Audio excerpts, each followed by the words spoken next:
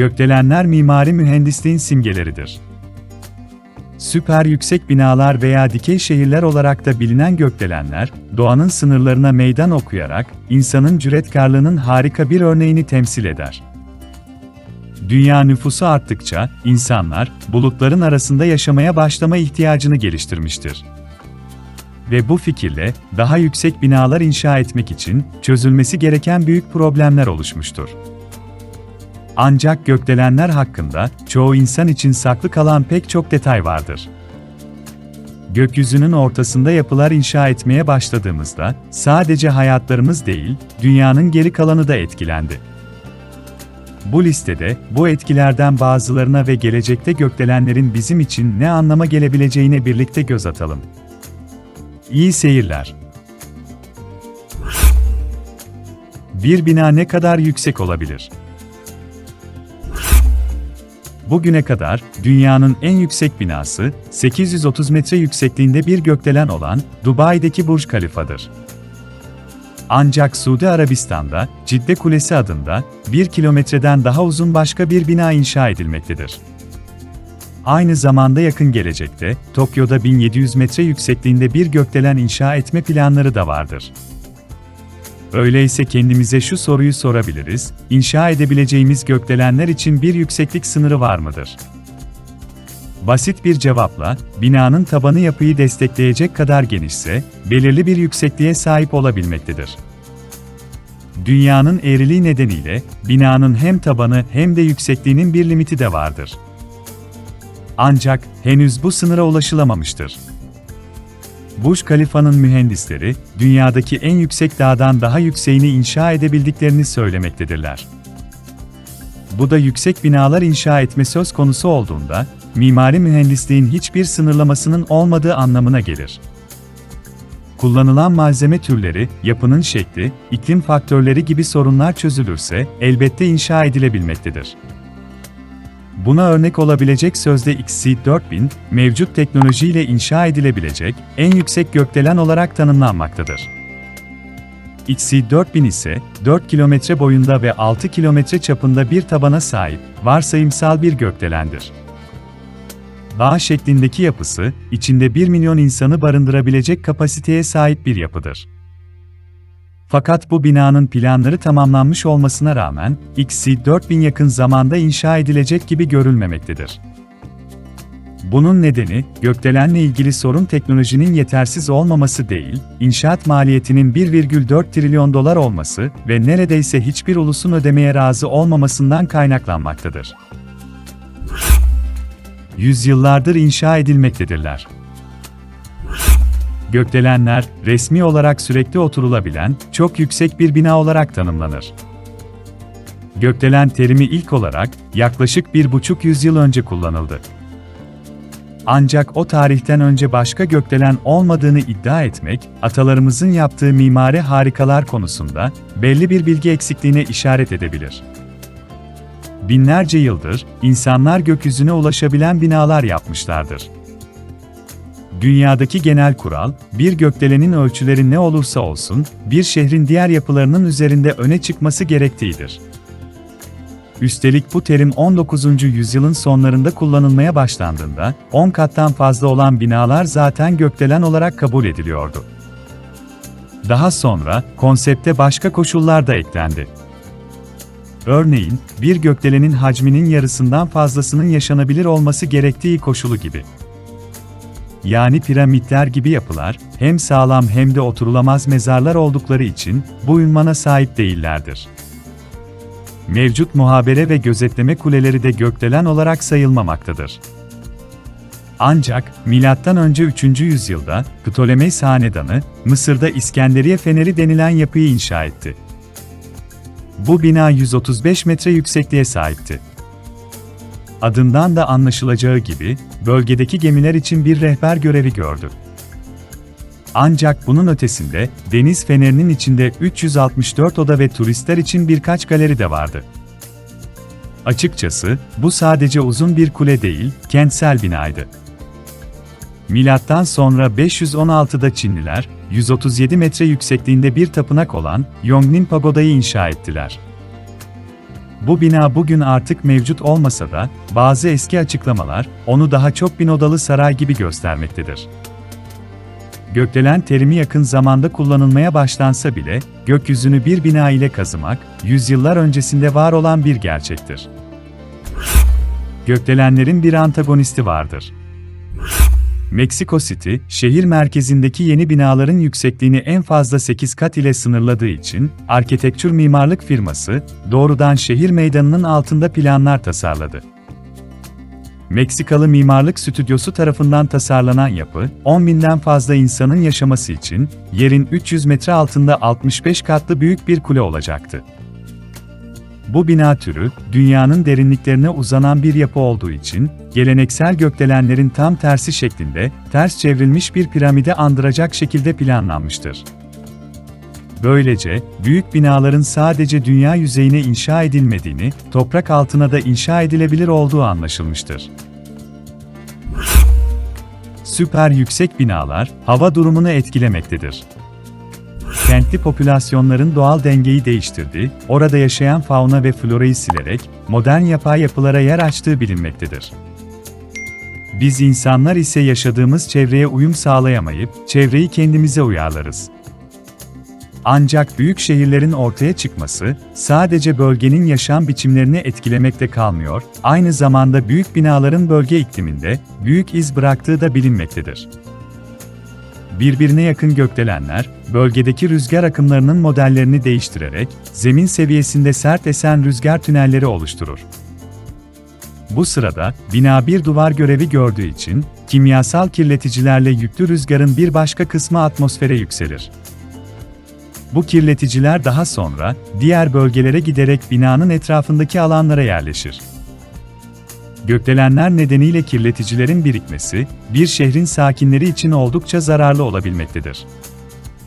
Ancak en ilginç etki, sözde termal etkidir. Binalarda kullanılan beton veya tuğla gibi malzemeler güneş ışığını emmede iyidir. Böylece, gün boyunca devasa gökdelenler güneş ışığının ısısını emer. Daha sonra gece boyunca, gökdelenin ısısı çevredeki havaya dağılır ve şehrin sıcaklığının yüksek kalmasına neden olur. Sonra güneş tekrar doğar ve etki tekrarlanır, böylece şehri her zaman çevre bölgelerden daha sıcak tutar. Geleceğin okyanus temizleyicileri. Gökdelenler, kuru arazide yapılan yapılardır.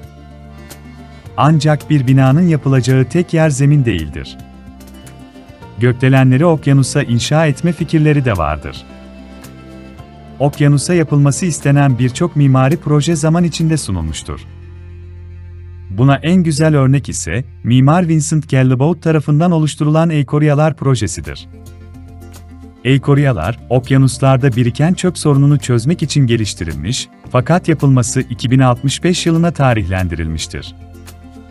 Fütüristik bina, 500 metre çapında, 20.000 kişi kapasiteli, 1 kilometre derinliğinde okyanusun altında olacak şekilde planlanmıştır.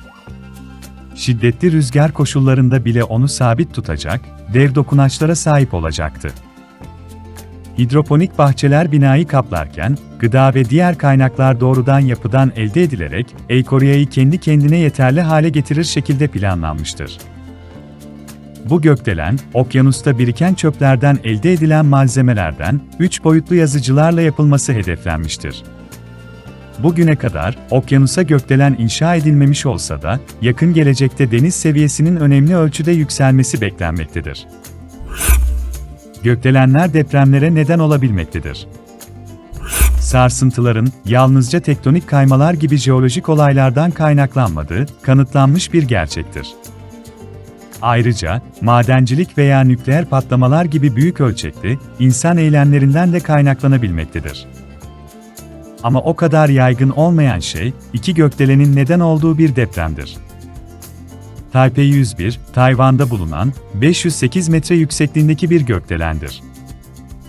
2003 yılında Taipei 101 inç tamamlanmasından önce, gökdelenin inşa edildiği alan jeolojik olarak sessizdi ve gözle görülür depremler olmuyordu. Ancak inşaatı sırasında bile, küçük sarsıntıların miktarı 3 katına çıktı. Ardından, 2004 yılında Taipei 101'in hemen altında, 3.8 büyüklüğünde bir deprem meydana geldi. Birkaç ay sonra, aynı yerde binanın altında, 3.2 büyüklüğünde bir deprem daha meydana geldi. Taipei 101'i depreme dayanıklı hale getirmek için, daha ağır malzemeler kullanıldı.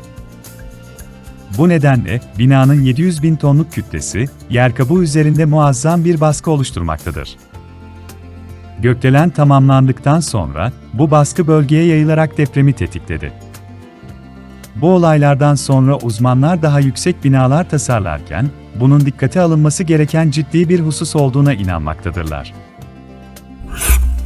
Gökyüzünde dikey bir şehir.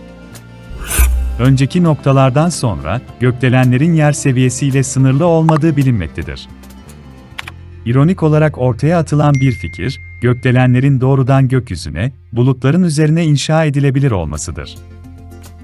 Bu fikir olası görünmese de, gelecekte yüzen bir gökdelenin inşa edilme olasılığı yüksektir.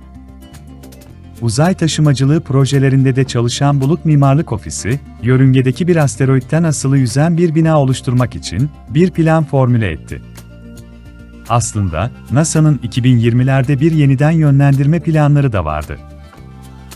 Bu konsepte göre, yüzen bina, yüksek dirençli kablolar aracılığıyla 50.000 kilometre yükseklikte bulunan asteroide bağlanacaktı.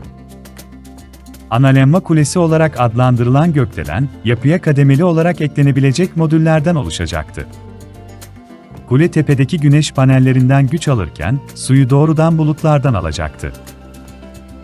Binanın en alt kısmı eğlence alanları, yukarıda ofisler ve yerleşim alanları, en yüksek kısımlarda bir tapınak ve bir mezar bölümü bulunacaktı. Maksimum 32 kilometre yüksekliğinde, dış kısımdaki basınç farkı nedeniyle, üst katlarda daha küçük pencereler bulunacaktı. Eğer bina gerçekleşebilseydi, dünyanın eğriliği nedeniyle üst katlar, en alt katlardan 40 dakika daha fazla güneş ışığı alırdı. Bazı gökdelenler, insanları canlı canlı yakabilmektedir. Bir gökdelen yıkıcı bir silah olabilir mi? Ne yazık ki evet. Bir binanın tasarımı, yanlışlıkla insanlara ciddi zararlar verebilecek bir mikrodalga fırınına dönüştürebilir.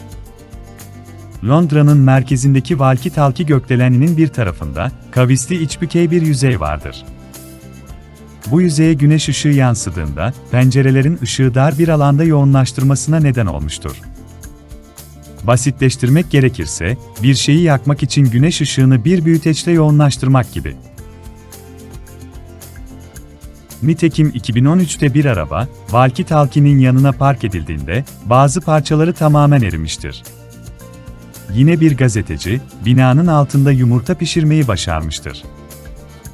2014 yılında, binadan yansıyan ışığı dağıtmak için koruyucu eklemeler yapılarak, bu sorunun önüne geçilmiştir.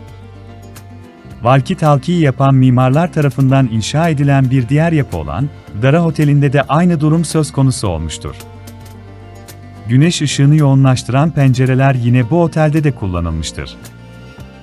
Oteldeki pek çok turist, havuzdayken ciddi cilt yanıklarına maruz kaldığını söylemiştir. Otel yöneticileri ise, havuzun üzerine dev şemsiye yerleştirerek sorunun önüne geçmiştir. Kısa sürede inşa edilen gökdelenler. Burj Khalifa'nın inşası 5 yıl, Empire State binasının inşaatı 20 ay sürdü. Fakat en kısa sürede yapılabilen bunlar değildir. Çin'de 57 katlı bir gökdelen, 3 haftadan kısa bir sürede inşa edildi. Çinli Braat Sustainable Building şirketi sadece 19 günde, Mini Sky City adında bir gökdelen inşa etti. Yaklaşık 200 metre yüksekliğindeki binada, modüler yapı adı verilen, devrim niteliğinde bir teknik kullanıldı. Gökdelenin %90'ı prefabrik olduğundan, işçiler binayı normalden 3 kat daha hızlı monte ettiler. Ancak, bu şirketin başarısı ilk değildir. 2011 yılında aynı teknikle, 30 katlı bir binayı 15 günde inşa etmişlerdir. Yapı, 9.0 büyüklüğündeki depremlere dayanacak şekilde tasarlanmıştır. Çinli şirketin kurucusu, Sky City adında 220 katlı ve Burj Khalifa'dan daha uzun olacak, dev bir gökdelen inşa etmeyi de planlamaktadır. İnşaat süresinin sadece 7 ay olacağını söylemektedir. Gökdelenler inşa etmek için, modüler inşaat tekniği, dünyanın geri kalanında yavaş yavaş ilgi görmektedir. Bu da birkaç yıl içinde Lego benzeri binaları her yerde görebileceğimiz anlamına gelmektedir. Gökdelenlerde yaşamak, daha hızlı yaşlanmaya neden olmaktadır.